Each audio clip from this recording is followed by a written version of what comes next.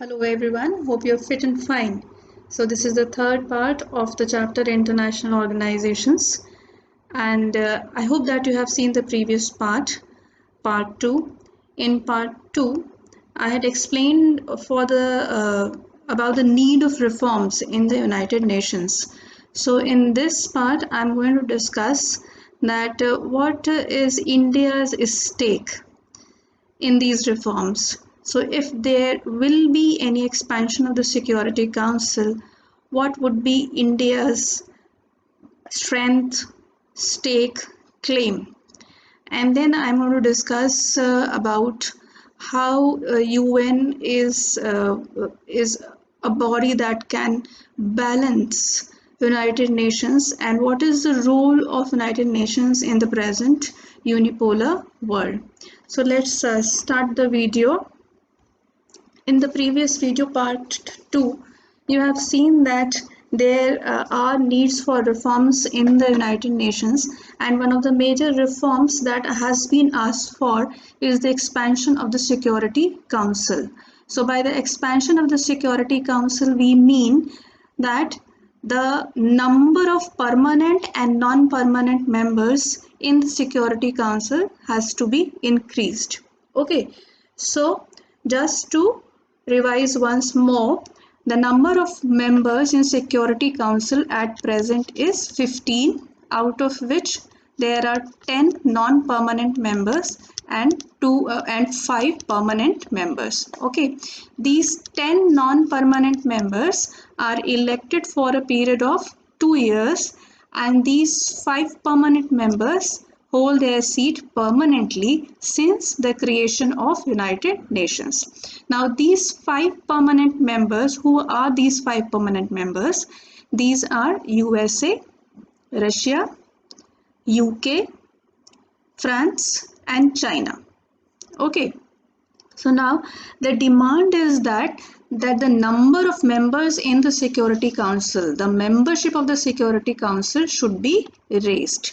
Last time this was raised was in 1965. So when the United Nations was created, there used to be only 11 members. Okay, out of these 11 members, 5 were permanent and 6 were non-permanent. These numbers were raised in 1965, and in 1965 this was made to be 15.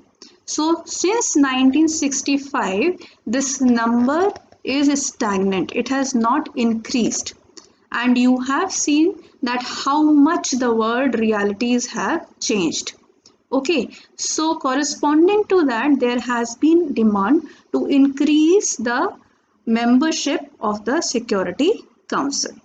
Okay, so if there will be any future expansion of the Security Council, India has laid forward its claim also.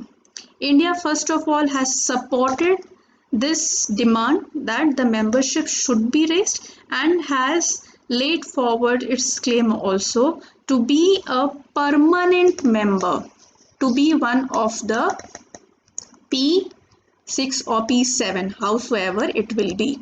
Okay, so India has said that it would like to be, it wants to become the permanent member. So what are the grounds on which this claim has been laid forward?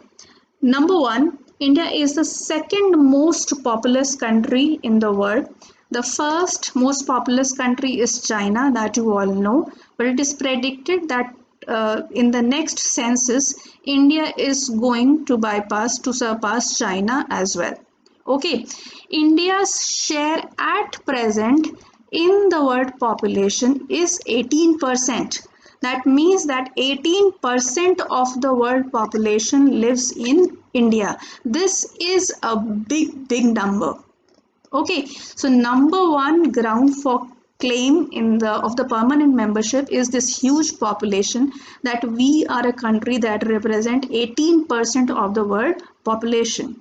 Second, the population makes us the world's largest democracy, largest functioning democracy. And when I say functioning democracy, it means that democracy in the truest sense. Okay, now formally speaking, elections are conducted in China also, but you know that they are that those elections are one party elections, which cannot be called a democracy at all. Okay, so India is the largest functioning democracy in the world. That is the second very strong ground on which the claim of India rests. The third thing is that India has participated in almost all the UN initiatives, and India's participation in the UN peacekeeping forces, peacekeeping missions has been appreciated a lot in the past. India has participated in almost 43 peacekeeping operations of United Nations. This is not a small thing. And India's role in the UN peacekeeping in cases such as the of a Congo crisis, Korean crisis is highly appreciated in Middle East, in many countries of Africa, in Somalia, in Ethiopia, and Eritrea. Indian peacekeeping personnel, peacekeeping forces have been doing so well and very much appreciated also. Then the country's economic emergence. India is also a big economic power at present. And in terms of GDP, India's ranking in the world stands at fifth at present. India is the fifth largest economy at present in the world. Okay, after USA, China, Japan, and Germany.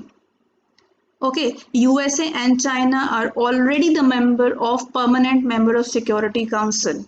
Japan and Germany are also big claimant for this permanent membership of the Security Council. So India's economy is fifth largest in the world, and it has never faltered on its financial contributions to United Nations. India has given full-hearted support to the basic objectives, basic purposes of the United Nations. India has been one of the countries that has led the non-aligned countries in the United Nations and has always taken a lead in putting forth the interest of the third world nations in United Nations. Okay, so on all these grounds, India's claim to the permanent membership is very strong. But at the same time, it is refuted also by those countries, by other countries who do not want India to become a permanent member. Okay, so let's see the objections to India's claims also. Some countries are concerned with India's nuclear weapon capability, saying that India has acquired nuclear weapon that goes against the spirit of peace. Others say that difficulties with Pakistan will make India's membership in the Security Council ineffective. And actually, they are those powers who apprehend that India will use its permanent seat to tackle Pakistan, to deal with Pakistan in a diplomatic manner to suit its interest. Okay, then the most important thing is that there are other powers also, big powers in the world, whose claim towards the permanent membership is very much valid. Okay, and in this, the big names are Brazil, Germany, Japan, and South Africa. I already told you that the economy of Germany and Japan are at present above India's economy. Okay, if you see South Africa, then South Africa has a strong claim because none of the countries of the African continent is represented in Security Council. Okay, so if we go by the criteria of geographical representation, then obviously Brazil, a country from Latin America, and South Africa, a country from the African continent, hold a very strong claim. Okay, from Asia, China is already there. But since Asia is a very big continent, a very powerful continent, big powers are there in Asia. That's why India's and Japan claim are also very significant. Okay, so given these things, I told you already in the previous video that first of all Security Council needs to decide that which criteria is more important than the other, either democracy or population or contribution to United Nations or economy or geographical representation, which criteria has more weightage than the other. Then only this issue can be decided that who will get an increased permanent a quota of the increased permanent seat in the Security Council.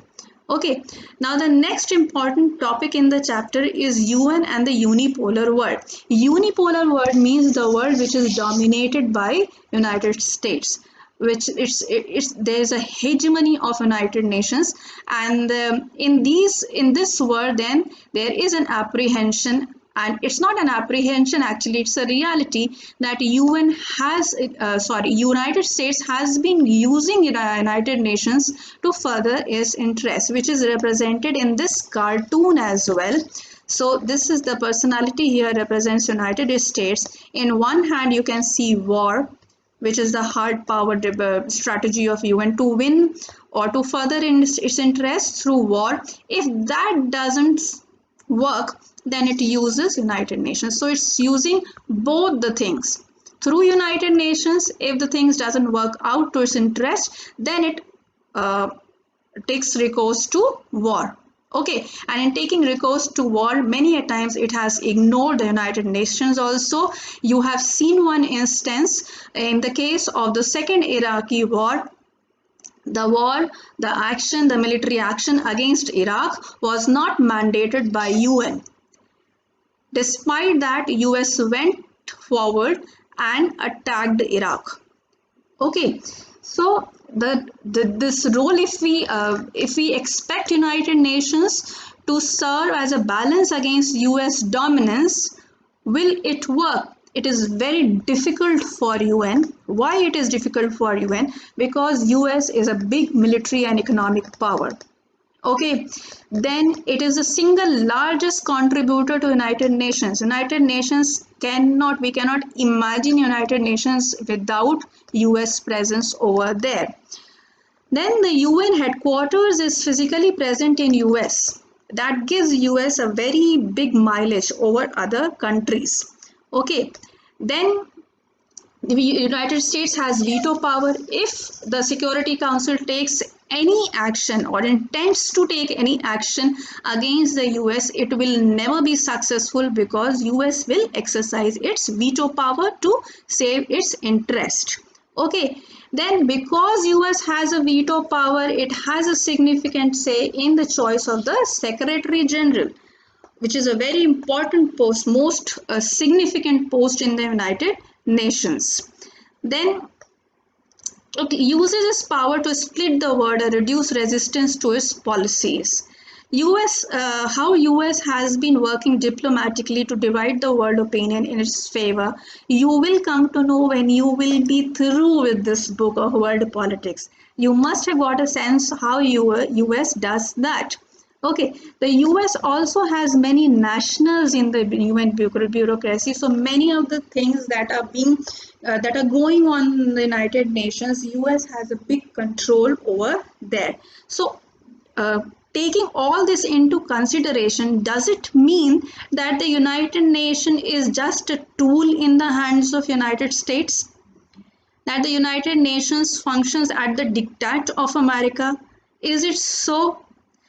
Okay, let's now discuss the role of the UN in the unipolar world. In this world reality, what is the role that United Nations is playing? Why we give such an important place to United Nations in world politics? And what role it can play in this unipolar world? So this comes as a 6 marker in the exam, that what is the role played by UN in the present unipolar world, or it can be asked as a HOTS also, that what is your opinion that that UN is able to balance the United States power, or in the world dominated by a big power, will UN be doing the functions it was organized for? So these points you can include, and you can make up your own opinion as well, depending upon the language of the question that is asked. Okay, so what role UN has played? It has served to bring US and the rest of the world into discussion over various issues. See, here we need to understand why League of Nations failed and why the Second World War occurred. The Second World War occurred and the League of Nations failed because the League failed to keep the big powers into it. When the big powers did not see any interest in the League of Nations, they started withdrawing from League of Nations. Okay, so Germany left League of Nations. So if a country is not a member of your organization, that country is not bound to listen to you as well. Fine. So the fact that UN has been successful in keeping US within the United Nations and making US listen to it is a very big achievement, looking at the power that US possesses at present. Second, it has it's serving the purpose in bringing together 193 nations at present in dealing with conflict. It is serving the purpose for which it was established. It is serving a platform where countries are dealing with it. And here I want to explain one more thing, that it is the only forum where these many nations are presented and where the third world countries are acting as a group to further their interests. Okay, so if there are concerns regarding a change in the international economic system, concerns regarding bringing the developed countries contribute towards ecological management, so these concerns are being raised and debated upon in United Nations only. Okay, it provides an arena within which it's possible to modify the US attitudes and policies, and many a times it has happened that listening to the word opinion, US has gave a rethinking to its policies and modified too as well. It is an imperfect body, nothing is perfect, it is an imperfect body, but if you can understand the importance of anything if you can imagine, if you start imagining the situations without it. Okay, so if you want to understand the importance of water, just imagine what not if water is not there. Okay, so anything, the importance of it you can understand, just start imagining that that body doesn't exist and there is a crisis in the world. Where to discuss that, where to solve it, who will be listening to the voices of the least developed countries. So this is the body, and that is the main role of the UN at present. Okay, then in future this role is going to increase. Why? Because the interdependence is going to increase, and when interdependence increases, then you need to coordinate more, you need to talk more, there would be more conflicts, and where these conflicts would be solved, these conflicts would be solved in such forums. Fine. So this is all for this video. In the next video, I'm going to explain about three organizations that has been added up as per the new syllabus: UNICEF, UNESCO, and ILO. Okay, and there are a few organizations which are given in green boxes in your chapter. Those organizations are also important. Many questions are coming regularly in the boards from those green boxes as well. So in the last video of this chapter, I am going to discuss all of them. So don't miss that video also. So that is all for today. Keep learning, keep studying, and thank you for your lovely comments. and I'm very glad that I can help you all in such crisis situation at present. Keep posting your comments and your queries as well as your expectation that what you would expect more from me. Okay, thank you so much. Bye bye.